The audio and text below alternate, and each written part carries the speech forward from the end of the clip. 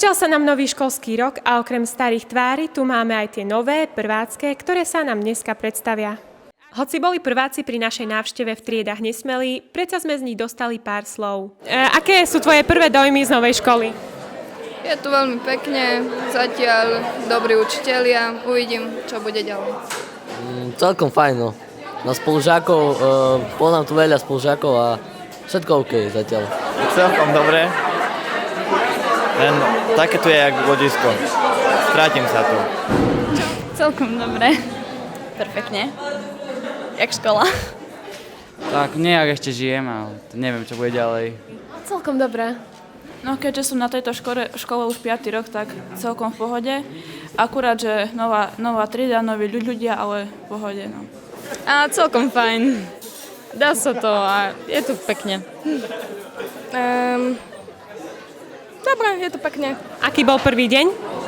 Dobrý.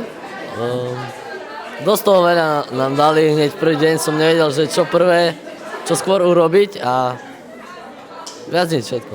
A čo hovoríš na pedagogický zbor? Polovičku ich asi nepoznám a asi neviem ani kto, ako sa volá. No. Ešte som ich poriadne nevidel. Ale dobre, v pohode. Tak zatiaľ som videl našu triednu, tak A tá je aká? v pohode. Aká je vaša triedna? Super, no. Hovorili, že je najmilšie, no takže celkom sa mi páči.